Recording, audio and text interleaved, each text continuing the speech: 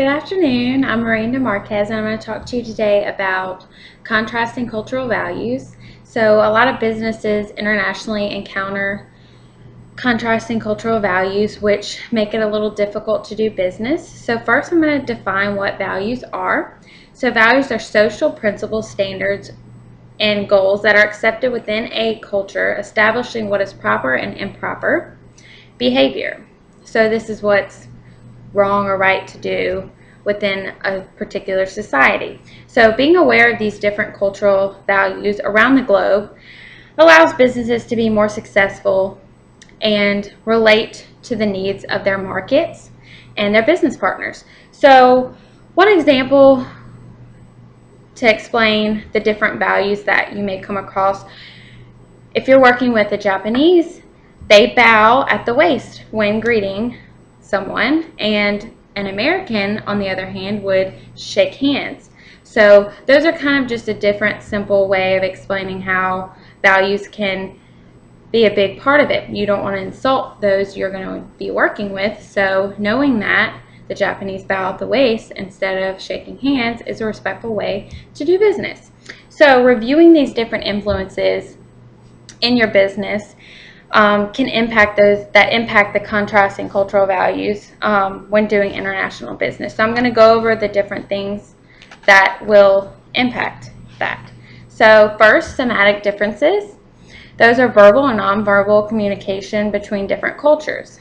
So diverse languages require translation at some times if you need a translator, and some words are not properly translated or miscommunicated, which can obviously cause some confusion, especially when you're doing contracts or agreements with a business internationally. That can be a big issue. So to always ensure that you're properly translating and communicating with international businesses. So one case of an example is Coca-Cola used they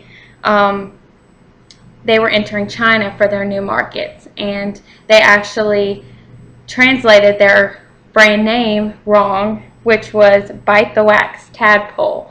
So obviously that's kind of silly and was translated incorrectly. So avoiding those marketing blunders obviously can help business be a lot more successful in international markets.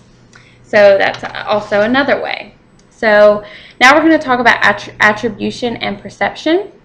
Attribution is the ability to see social behaviors from the other cultural views. So communication becomes difficult when one's own culture experiences are used to explain unknown behaviors of other cultural behaviors. So becoming familiar with these cultural differences, attitudes, and behaviors, as we plan to do business, can reduce the uncertainty and increases predictability for accurate and successful communication. So a lot of companies use attribution training for their employees that they are going to send internationally to prepare them and make them more aware of their cultural values that they're going to be working with, to avoid any miscommunication or using their cultural views to understand the other culture. Obviously, to understand that makes business a lot more successful as well. So another touchy subject that a lot of companies working internationally is their attitudes towards females.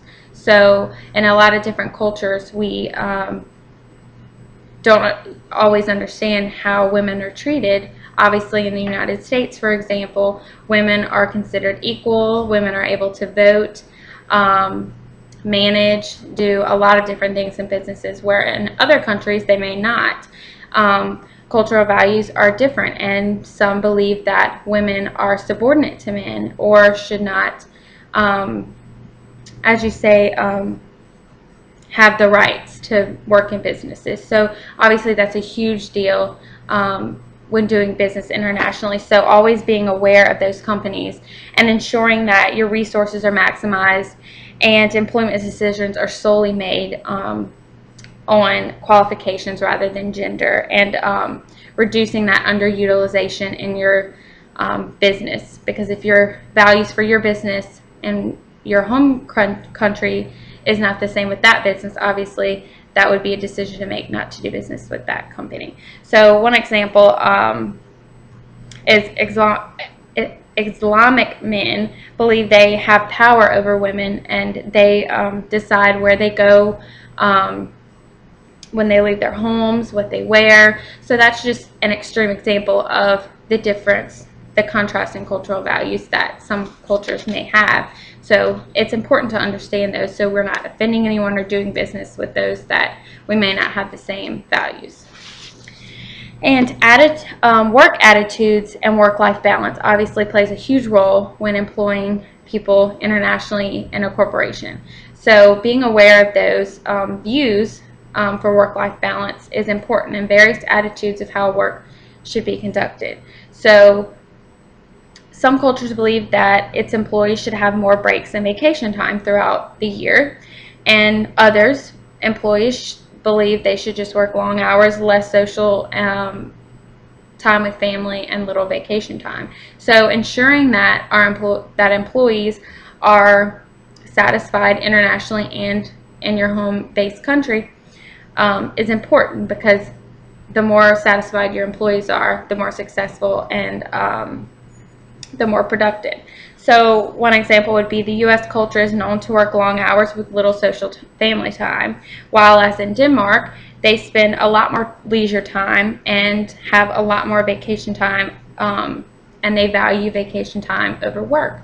So that's the different ways that you can appeal to your employees internationally and be more productive. Also, ethics play a big role in contrasting cultural values. Ethics is the correct or incorrect behavior perceived by society. So the right or wrong ways that one society may believe that things should be done or to do business. So ethical standards are important for business, because what one culture may consider to be acceptable may not be acceptable, obviously. This can be complex and difficult to understand. It's not always based on the majority of society, so one's personal ethical values may differ from the majority of society. So it is very difficult to understand a particular market of how they view ethics. So it's very important to understand that they're not universal. They vary across all cultures. So to avoid investing in companies that don't share the same ethical values,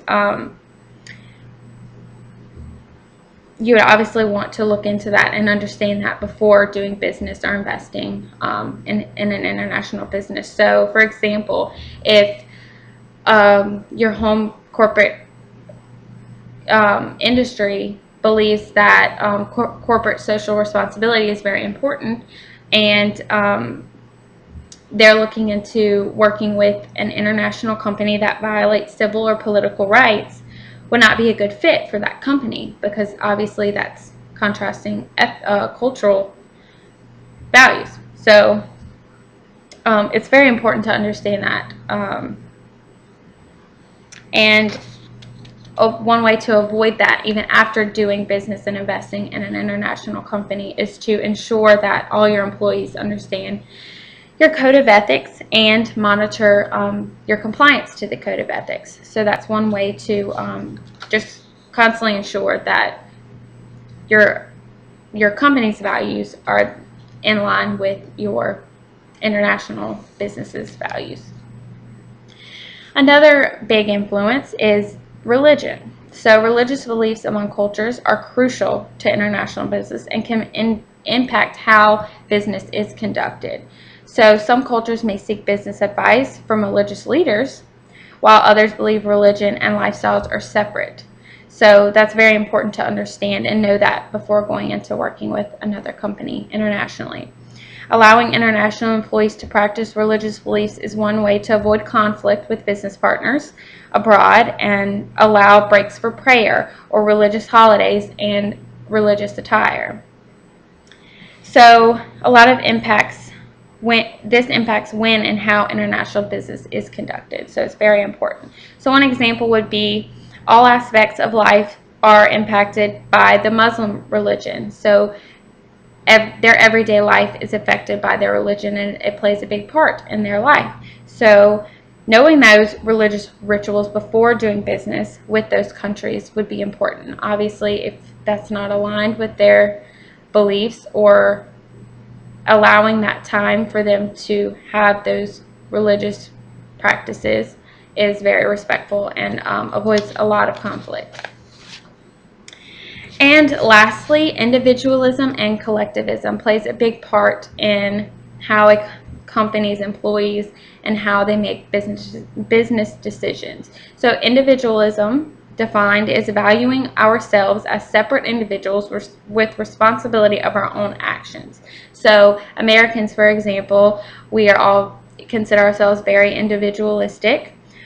We believe in self-interest and thinking of ourselves rather than the group as a whole. And on the other hand, collectivism, defined, is culture that with emphasis on common interests, conformity, cooperation, and interdependence. So they're opposite. They're not independent. For example, China, in one particular culture, is collectivist, and they believe in the interests of the group, and they consider and think of the majority over themselves. So that plays a big part in decision making when doing international business. So obviously understanding that, knowing beforehand how your business partners will make decisions and how they will view those things. It's important to know that when you're working with others internationally. So closing, all of these things have a huge impact, and it's very important to understand how they're going to influence, and understanding those things beforehand avoids a lot of conflict and unsuccessful businesses. So the more successful you want to be internationally, you should understand the markets, you should understand the employees you're going to hire internationally.